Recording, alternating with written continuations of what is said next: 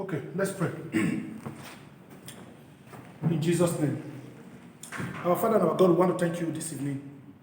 Thank you, Lord God, for the grace of life that you have given to us. It's a blessing that we are alive.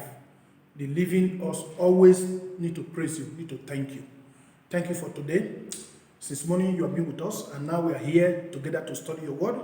Help us, O God, that the few minutes we spend here today, that your name be glorified in our lives. Speak to us, O God. Help us to understand one or two things that will help us on in life, to remain in the path of life and the path of reality. Thank you, Father. In Jesus' name we pray. Amen. Praise the Lord. Okay. Sit down. You have your Bible with you. Hallelujah. Today, since we have been working here in this hall, we have not got an opportunity to be in Bible study. Last Bible study, because of I was here in the morning for other assignment, I was online at home, so we're not here physically. Now today we are here physically by the grace of God, and then we have about 1 hour to look at the word of life, the word of God.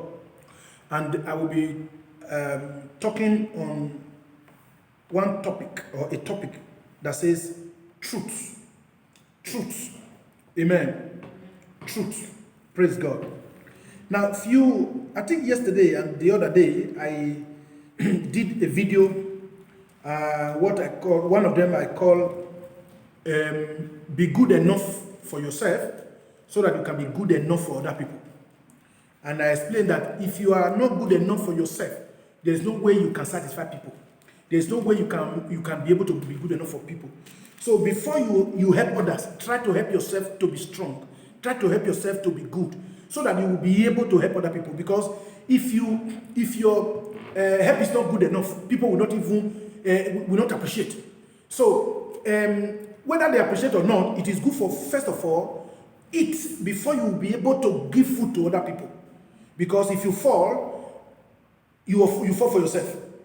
So, but the truth also is that in everything we do, let us make sure that you consider yourself. Like, you know, when Jesus Christ said, love your neighbor as yourself.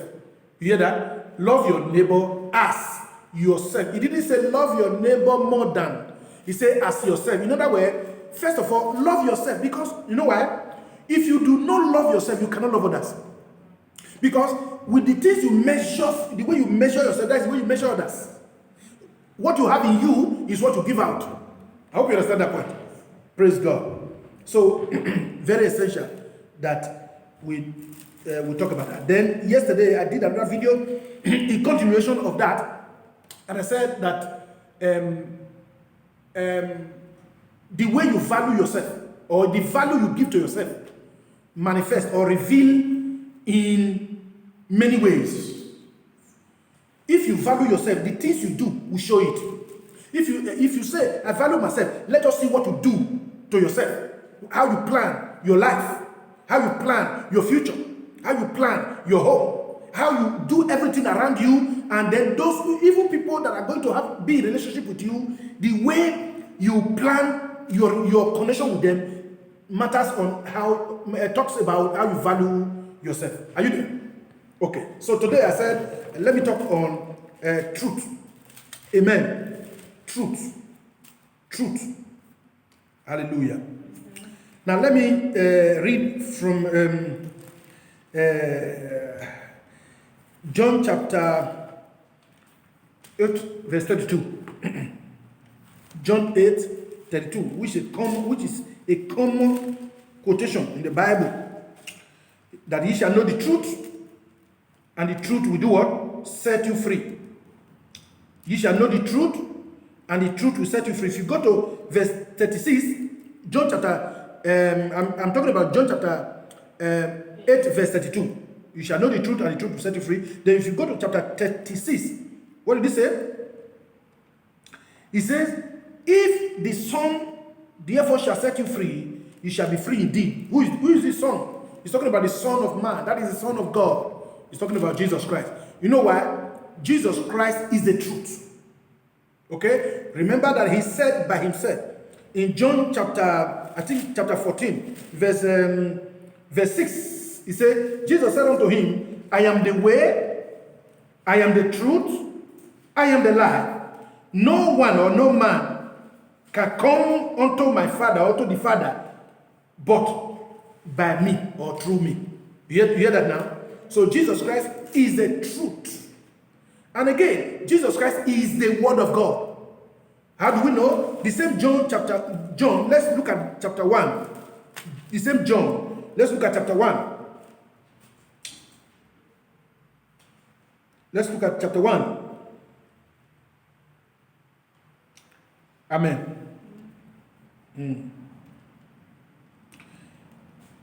Now, if you look at John chapter 1, let me just read from the beginning. It says, in the beginning was the Word, and the Word was God, and the Word was with God, and the Word was with God, and the Word was God.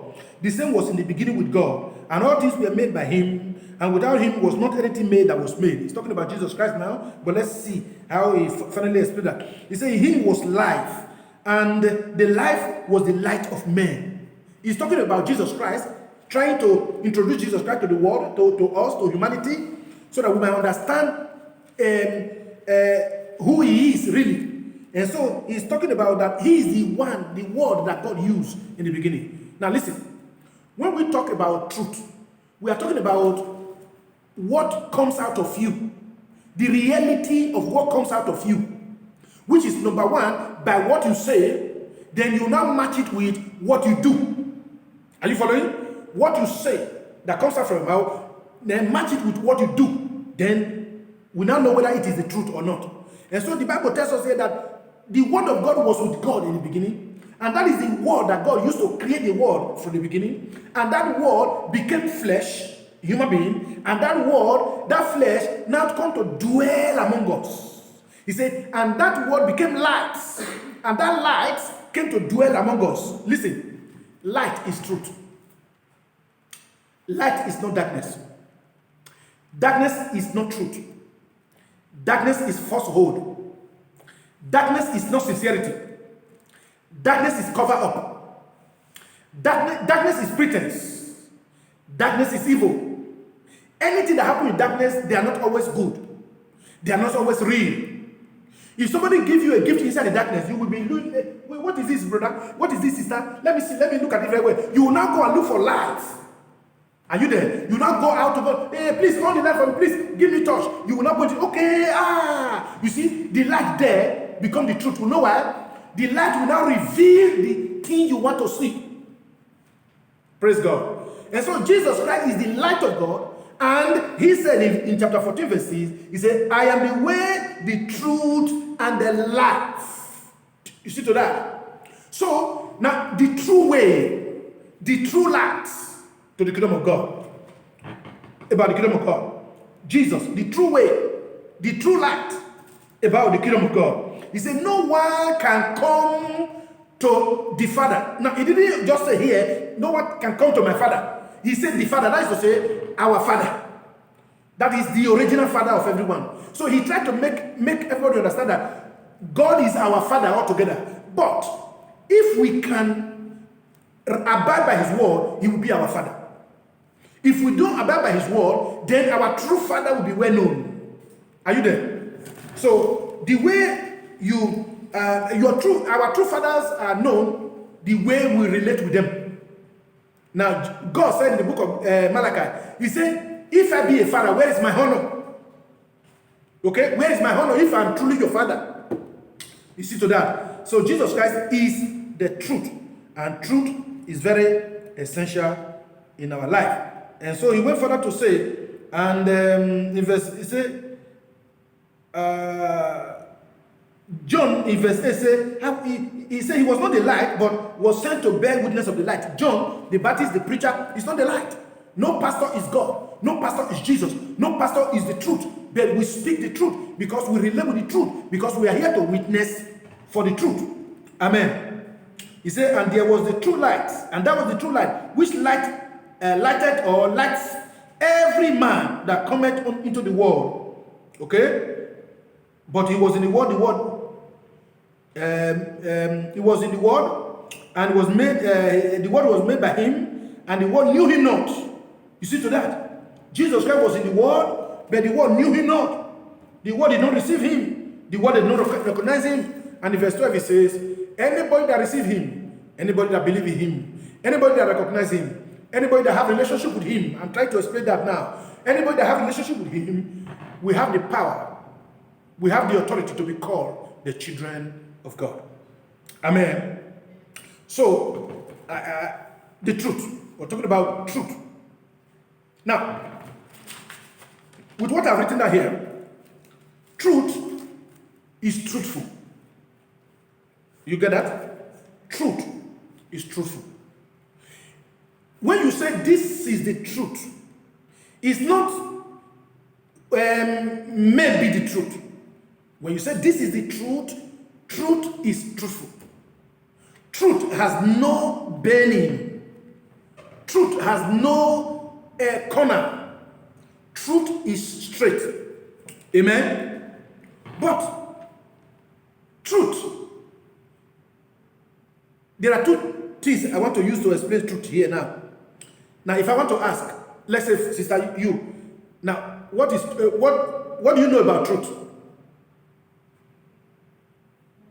Maybe somebody do me something, then maybe the person just do me something. Instead of me to say the right thing, exactly the thing the person do me, then I will not go and say another thing. Okay. Now, that is it. Truth is straight, is truthful, but it is very bitter. Truth is very bitter. And again, truth is very painful. Now, I think in one of our Sunday school, about 7 years ago, 6 years ago, I wrote, when you are in darkness and somebody on the light in your room, now you just lie down probably on your bed like this, and somebody just on the light, or maybe the light was off before, and then electricity was restored, and immediately the bulb in your room just switch on. What happened? You see that you will first say, what is this? You know, because the ray of the light will slash your eyes. Okay, so it will shock you. Truth is bitter. Truth is painful. That when you look at it look at that light now, like truth come to you, it will hit you first of all. If somebody tell you the truth, it will first of all hit you. Yes. If you are somebody that already know the truth, or that is already on the path of truth, it will not really come to you as a shock, but it will come to you as a witness, as a confirmation. You understand now? You will nod your head, you say, yes, this is true. Now, but if you are not on the truth yet, and somebody tell you the truth, you say, is that true? Then you say, yes. You say, because you don't know before, it comes to you like a shock. And then, if the person is now telling you the truth about what you have done, it will hit you. Boom. No. That is to say, this person has come to shame me. So, truth is bitter. Truth is bitter. It is bitter to swallow. But anyone that loves truth, anyone that wants truth, will swallow the bitterness. We receive the pain. Why? Truth does not kill. Truth does no harm. Truth does not punish. Truth heals every wound. Truth repairs every wrong part in your life. But if you refuse to accept the pain that the truth is hitting you with, if you refuse to accept the bitterness of the truth, it will be difficult for you to be restored. It will be difficult for you to be, for situations in your life that is wrong to be repaired. Truth is bitter. Truth is painful. It's painful to the ears of someone who is already on the wrong path. You hear that? Truth. Okay, let me take an example. Let me use this example. If you tell people who do prostitution, say, sister, don't you know that prostitution is not good? Now, first of all, even only few of them will accept, yes, it's true, sir, or it's true, brother. I know, but I just pray God help me. But some of them will say, don't judge me. You hear that? Or, why are you smoking? Hey, don't judge me. Why are you doing? No, don't judge me. So, you see, because the person is looking for a way to escape that very whip of the truth, that bitter truth, or bitter pill, that pain, the truth is lashing at him or her. So, truth is bitter, especially to somebody that is already on the wrong path. But when you are already looking for the path of truth, or the path, the right path, it will not be too shocking to you, but it will be interesting for you to hear. Though it is still somehow difficult for you to be able to adjust, because somebody that is already bent, it is difficult to straighten that person, because it will take over time. It will take some certain ingredients to make that person on the path of rightness or righteousness. Amen. So, but what is bitter is more curative. Anything that is bitter is more what? Curative. Now, do you know chloroquine? Do you know camoquine? Do you know flagine? Do you know, there are a lot of medicine that are bitter. I tell you, they are more curative. Yes. They work more than anything you talk sweet.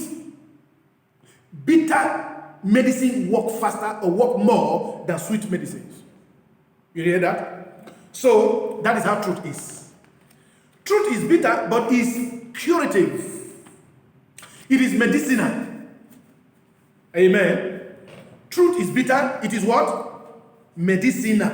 It is curative. Anybody, let's use our country for instance, Nigeria. Anybody that has ever had malaria know that the best medicine is chloroquine. And everything like that, camoquine. Flagine, if you have dysentery, diarrhea, or inflammation inside, when you take flagine, you will know that you have taken medicine, because even if you take it now, for some hours, the bitterness will still be in your throat. If you take food, immediately you eat it, that food, the first 2 seconds or the first 5 mode of swallow that you swallow will still be bitter. That is how truth is. Truth is bitter, but it's real. Now, take example from bitter cola. Bitter cola works. Bitter cola can cure snake bite. Bitter cola can cure cough. Bitter cola can cure pile. Bitter cola can cure many things. But we call it what? Bitter. So, it is always good. So, truth is bitter, but it's always good. If we love it, if we listen to it, if we allow it to work, it will help us. Truth is what we are talking about today. Hallelujah. Truth is a medicine. If any man or woman, whether you are a president, a governor, a pastor, a bishop, or whoever, you allow somebody to tell you the truth, is your best friend. And if you are in any position and people around you always tell you the truth, they are your best friend. But when you allow them to pamper you, to say, don't worry, sir, don't mind them, don't let them criticize you. Let me tell you, many a time, criticism is a friend. Because when somebody is telling you about this that you do that is wrong, it will make you to think and look at it very well. So if you don't look at what I'm doing, is it really bad what they are saying? Then you check it. When you check it that it is not bad, it's just that they hate you, then you forget about whatever they're saying.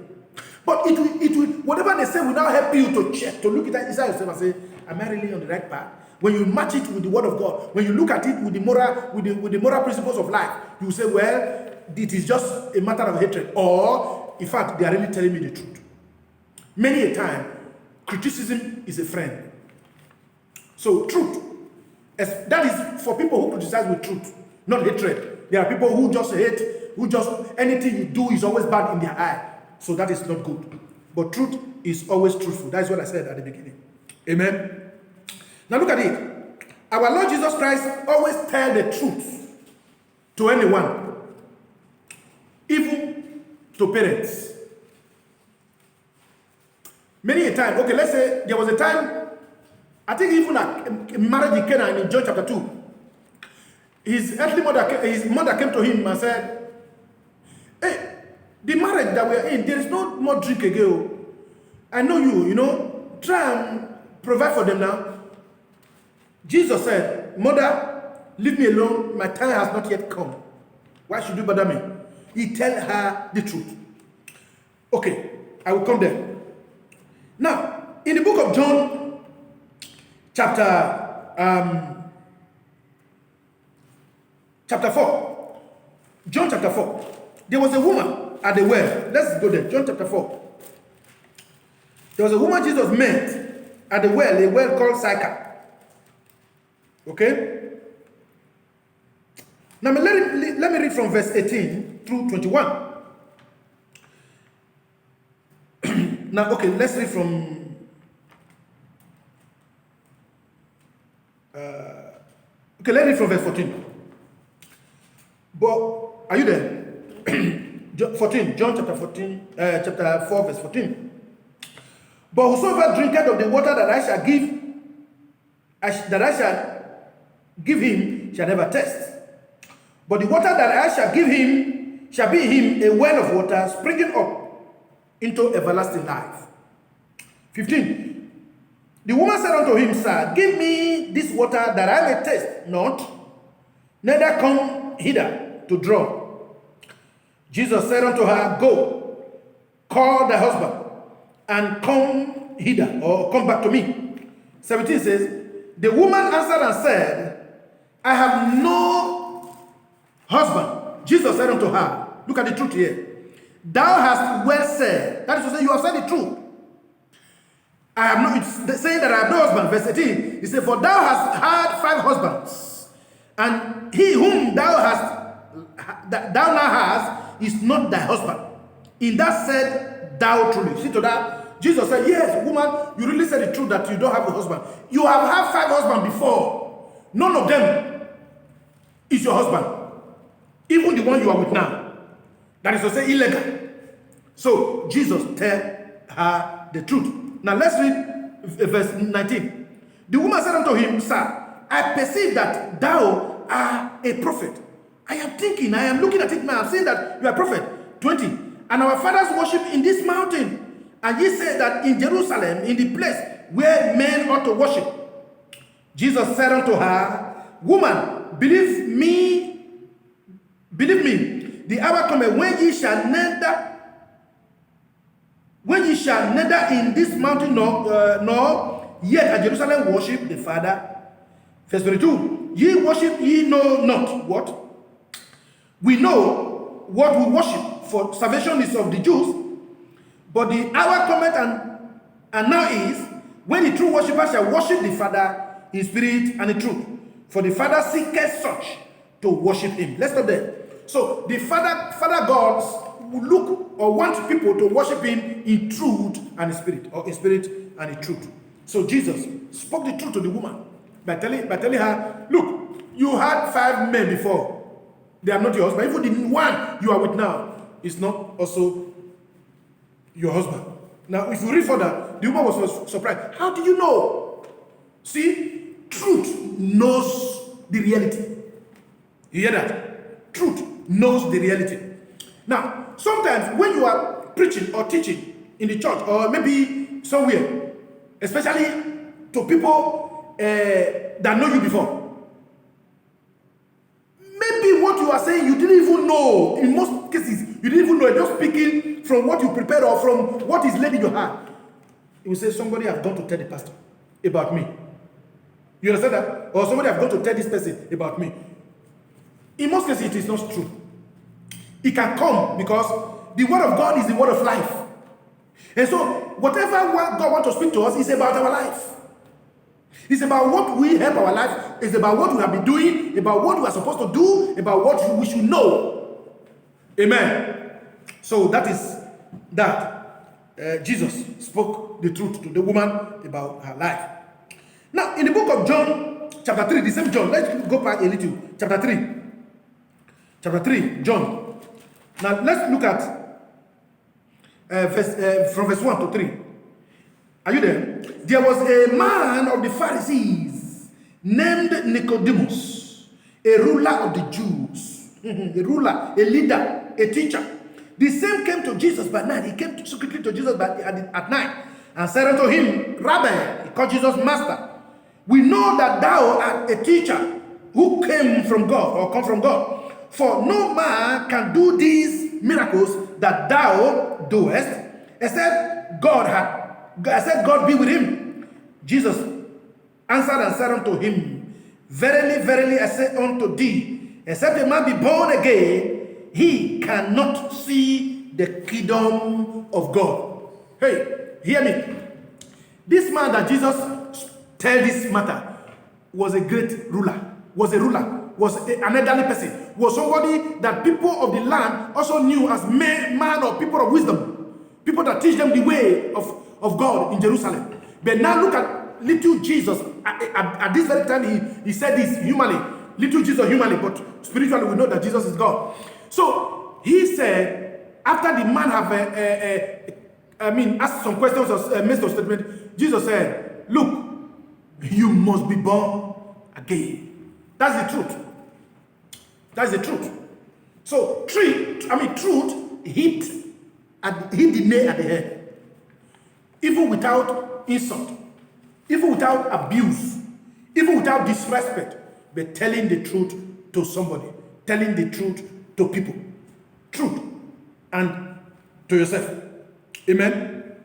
Now, there was a man called the rich young ruler in the book of Luke chapter 18.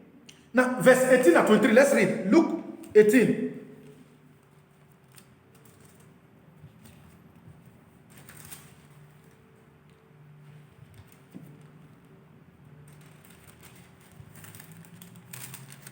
Luke 18, let's read from verse 18. And a certain ruler asked Jesus, saying, Good master, what shall I do to inherit eternal life? And Jesus said unto him, Why call me good? None is good, save one, that is God. Thou knowest the commandment, do not commit adultery, do not kill, do not steal, do not bear false witness, honor thy father and thy mother. And he said, all these have I kept. The man is not talking now. All these have I been doing from my youth up. Verse 22. When Jesus heard these things from him, he said unto him, Yes, there is one thing that you lack. He said, Yet lackest thou one thing. Sell all that thou hast, and distribute unto the poor, and thou shalt have treasure in heaven, and come and follow me. And when he heard this, he was very sorrowful, for he was very rich. You hear that? You see, truth make somebody that is already on the wrong way to be sorrowful. Truth, I said, is bitter. Truth is painful. So when somebody is already on the wrong path, it will make the person to be sorrowful when you hear the truth. Except the person prepare himself to hear it, to feel the pain so that he can change. You hear that? Jesus said, except a seed is buried inside the ground and die, it will not bear fruit. It will remain like that. But when a seed is inside the ground, it will get rotten and then explode, germinate, and grow and bear fruit, abundant, fresh, beautiful, sweet, useful fruits. But if he remains like that, he doesn't want to change, he doesn't want to be crushed, it will remain like that. Before you get any kind of oil, whether corn oil or maize oil, olive oil, coconut oil, palm oil, name it. There is a process. And that process begins with crushing. Some of them with cooking. After cooking excessively, you crush, you grind the seed, and then with heavy pain, and then at the end, you get beautiful oil, delicious oil, with good perfume. But first, it was crushed. Amen. So truth is what? Bitter. Truth is painful. This man came to Jesus. He wanted to stay. He said, hey, good master, what must I do to be saved? Jesus knew that this person is trying to claim himself to be good now. So that is why he wanted to start by saying, hey, good master, what must I do to be saved? To inherit eternal life. Jesus, first of all, wanted to close his mind or to disabuse his mind and say, there is nobody that is good except God. First of all, that will now reduce him. Okay, so he himself now know, okay, I'm not good. Then Jesus said, do not do this, do not do this, do not do that. Now let's look at what Jesus was telling him. Where are we? 18 verse... okay, now, verse 22. No, where he was telling him to... No, okay, let me go to 20. He said, thou knowest the commandment, do not commit adultery, do not kill, do not steal, do not bear false witness, honor thy father and thy mother. He said, okay, if that is the one, all these ones, before I was small, I used to be doing all those ones. Jesus said, okay, there is something that is remaining. All the property that you have, go and sell them and give them to the poor, share them to the poor, then you now come and follow me. What? Then the man was annoyed. Now, you see, the bigness or the pride that was in him, that is why he first of all called Jesus good master, because he wanted to claim that he's good. Now, when Jesus now said, do this and do that, he said, you know, I've been doing that from the beginning. When Jesus now said, okay, there's one thing remaining, sell what you have. Hold me. I sell what I have and give to the poor, then I come and follow you. Small boy. I come and follow you. And then I don't have anything again. Because he was looking at Jesus that he didn't have anything. He doesn't have anything. That was the truth Jesus told him. The truth hit him. He was annoyed. Why? Because he was already on the wrong path. Why? Because he only came to tempt Jesus. Why? He didn't come for the truth. He only came to tempt him. To see whether he will offend Jesus. Or he will make Jesus to say things that will be wrong. Listen, when you are saying the truth for the sake of truth, it will be difficult before you can err. It will be difficult before you can offend people. When you say the truth, for saying the truth, you will always be on the truthful path. You will not claim right, but you stand on the word of God, on the truth. May God help us. I said, may God help us in Jesus' name. Now, to the rich man, Jesus said, go and sell all that you have and give it to the poor before you can follow me. Now, if you look at that word, sell all that you have, it may not even be that Jesus was telling him to sell the material things that he has, but Jesus was trying to make him to understand. Anything that makes you look too big to follow Jesus, anything that makes you too full to follow Jesus, to obey the word of God, pride, big humanity, ego, go and sell them, reduce them, remove them, then before you can follow God. Amen. God help us. Now, to the disciples, he said, you must eat my flesh and drink my blood. That was I think in the book of John chapter 6. Okay? When Jesus told them, you must eat my flesh and drink my blood, they were all annoyed. How can we eat the flesh of the Son of Man, the Son of God, and drink your blood? No, we can't follow you. The Bible says, in chapter 6, the Bible says, and when they heard that, many of them went away, angry, annoyed. How can we eat your flesh and drink your blood? Instead of them to allow Jesus to explain to them, to make them understand what he meant by that, Jesus is not a kind of a, what do you call it, a carnivorous animal that eats animal. No. Jesus does not want, God does not want people to eat human or eat human flesh or drink human blood. No. Even when God asked Abraham to sacrifice his only son Isaac, and Abraham truly obeyed, and he went to the mountain and was about to provide, was about to slaughter his son. God said, stop. Now I know you truly love me. Stop. There is a ram already prepared for that. In other words, you don't kill human being to serve God. You don't slaughter human being to serve God. God help us in Jesus' name.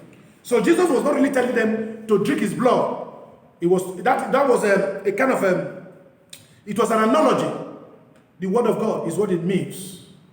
You must surrender your life. You must eat the word of God. You must drink the word of God, where the real truth will come from. But all of these, you do not have to lay a curse on someone to tell them the truth. That is very essential. I decided to put this because sometimes many of us, pastors, when we are preaching, because we are on the pulpit, we now look at everybody as the worst, while we the better. It is not always the case. And so when you want to tell the truth to somebody, whether you're a pastor or individual, don't lay a curse on people. Now, tell them with meekness. Tell them the truth, because even though the truth will slash or we whip them, let the truth whip them by himself or by itself, not you trying to feel big that you are holier or that you know better. No, tell them the truth and let the truth do it work in their life. Amen. So whoever you are telling the truth, make sure you do not abuse them or curse them. If you are using the word of God, tell them this is what the Bible says. And if they can be annoyed of that, that is not your problem any longer. May God help us. Hallelujah. So, truth can be polite. Truth can be what? Polite. You know what's called polite? To be polite. Truth can be polite. It is respectfully telling somebody something. Okay? Humbly telling somebody something. Yet, it is bitter and painful. Because it is very heavy in the ear. Truth is very heavy in the ear. When you are in the church, or when you are in a program, you are listening to the word of God, even television, and you hear somebody preaching and telling you about what you already know, about the good thing you can do. Yes, sir, tell them. Yes, sir, you'll be happy. But if the person is now saying something that you are doing, if care is not taken, you will even off the television. And you understand? You say, bless you, I have other things to do. Because you don't want it to touch you. But if you are wise, you will listen. Let it touch you. Because a good father disciplines his child. So, God says, I chastise those whom I love. Amen. Now, to learn, we must be told the truth. To learn. If you want to learn, be ready to be told the truth. Be ready to hear the truth. Don't let them flatter you. Don't let them deceive you and say, no, it does not matter. No, my brother, see this lie. No, do it so far later. Don't let them deceive you. What is right is right. What is wrong is wrong. Even if you are doing what is wrong or you are still doing what is wrong, hear the truth that this is wrong. And that is the best way you can be healed and you can be delivered. But when you are told that it doesn't matter, then somebody is destroying you. May God help us in Jesus' name. So, to learn, we must be told the truth. Anyone that want to learn or want to know the reality does not want anyone that want to know the reality and does not want to hear the truth and does not want to know the reality of life, that person is not ready to learn. If we are not ready to be told the truth, if we are not ready to hear in a hard way, there's no way we can truly learn. So truth is painful, is bitter, but that is the best way we can be healed. That is the best way we can be better people of God and better human beings. Better people that want to become better human beings are better told the truth. Amen. If you cannot tell yourself the truth, you will go wrong. If you cannot tell yourself the truth first, you will go wrong again. People will deceive you because you don't tell yourself the truth. And because you don't tell yourself the truth, you also does not have the truth that you can tell others. If you are telling others the truth, whereas you don't abide by the truth, whatever you say will not have power. Truth really have power when you that is telling the truth follow the truth. Truth really have power when we or anyone that is telling the truth follow the truth. But when you are not following the truth or obeying the truth, and you say you want to tell the truth to another person, they will laugh at you, they will mock at you. And again, what you are saying have no power. God help us. God help us in Jesus' name. Now, if you do not want the truth from others, you will always go wrong.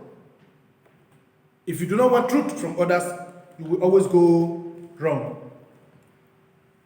If you do not want the truth from others, you will always go wrong. And if you refuse to swallow bitter truth, you will have moral sickness or moral disease. If you don't want to swallow truth because of its bitterness, then the disease will remain. The moral decadence will remain.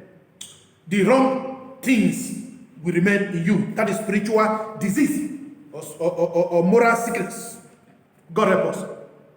Again, to tell people the truth, first tell yourself the truth. To tell people the truth, tell yourself the truth. Even, let's say, for example, you want to make your husband become a better man, then you yourself, woman, first be a better woman. If you want to make your wife be a better wife, to be good for you, you yourself, make yourself a better man. Be good for yourself, so that you can be good for her, or she can be good for you. That's why in that video I said that be good enough for yourself so that before you can be good enough for other person. Tell yourself the truth so that you'll be able to tell others the truth. Accept the truth so that you'll be able to accept, so that you'll be able to give out truth to others. So that other people, when they tell you the truth, then you'll be able to, you'll be comfortable with it. You will love it because you know that this is where you can have a better life, by hearing the truth, accepting the truth. Amen. And do not plan to insult people just because you want to tell them the truth. I've said something about that. We should not plan to insult people just because we want to tell them the truth. We should be polite enough. We should be realistic enough, and we should know that we are all human beings. We need the truth. And even when you know the truth yesterday, you do not remain in the truth. Tomorrow you may not be in the truth. So we are human beings. We need to correct people in love and politely. God help us.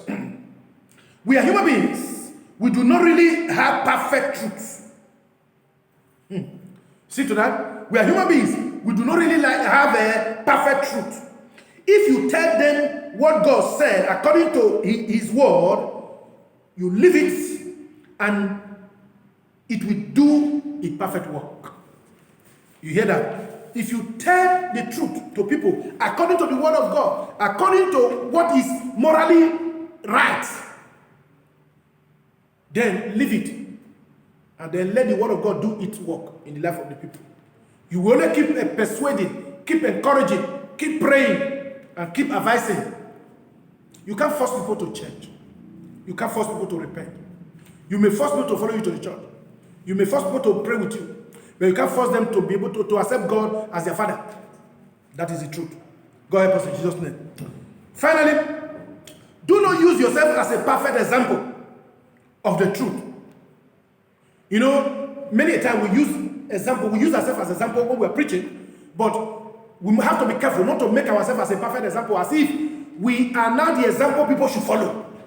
Okay, people can decide to follow our example or follow us as an example if they see that the example that we are giving with our life really agree with the word of God. really agree with the reality of God's word. But we should not let them we should not feel that, yes, be like me. You are a human being. Because one day you may fall. One day you may go wrong. Then if they are going to be like you, so they will also be going wrong. So they should be like Jesus. They should be like God. Even though people can emulate you, people can try to look at us and see good things in us and want to be like us, but the us is the us that have the word of God in us, that have God in us, that have truth in us, that have reality in us. God help us in Jesus' name. So do not use yourself as a perfect example, because you are not perfect. We are not perfect, so we cannot use ourselves as a perfect example. We use God, we use the word of God, we use Jesus Christ, because they are the perfect example. But we should let them see the true example in us by themselves. We should let them see the true example in us by themselves. Today, we talk about the truth. Pray that God help us to be hungry for the truth, to live by the truth. Just as I said now, the word of God is the best truth. God has the best truth. Jesus is the best truth. And so if we live by that, we'll become perfect, we'll become better people with the truth. And we should desire the word of truth. The Bible says that as newborn babies desire the sincere milk from the mother's breast for them to be healthy, so we have to desire the milk of the word of God, fresh milk from the word of God. As we hear it, I pray that God help us, so that even we ourselves should be people who really carry the word of truth, not deceiving ones, but the one that is real, the one that is truthful, that will be a blessing for every person that listens to us, so that we continue to be in the place of God here on earth as a representative, because we are created in his image and to be after his likeness. May God bless this teaching today. I pray that God help us to understand in Jesus' name. Amen. Let's pray. Father, thank you. We bless your name. We give you glory for this opportunity again to hear your word in this manner, talking about truth. Help us, O God, even with the little explanation that has been given, expand it in us, and help us, O God Almighty, that the spirit of the truth take over us, so that we will be people that wherever we are, we will become molders of the truth of God's word, to the glory and honor of your name. Thank you, Holy Spirit. In Jesus' name, amen. Amen. Any question? Any question? Okay. No question? Amen. Praise God. Let's pray. Father, we are about to go. We commit the way before you. Take preeminence, Lord. Have your way today. Thank you, Lord God Almighty, for speaking to us this manner. Help your word, O God, to be like a fire in us that is burning, that is not cold, so that it will be refreshed. It will always be alive in us. Let it be inspiration to us. Thank you, Father. In Jesus' name, amen.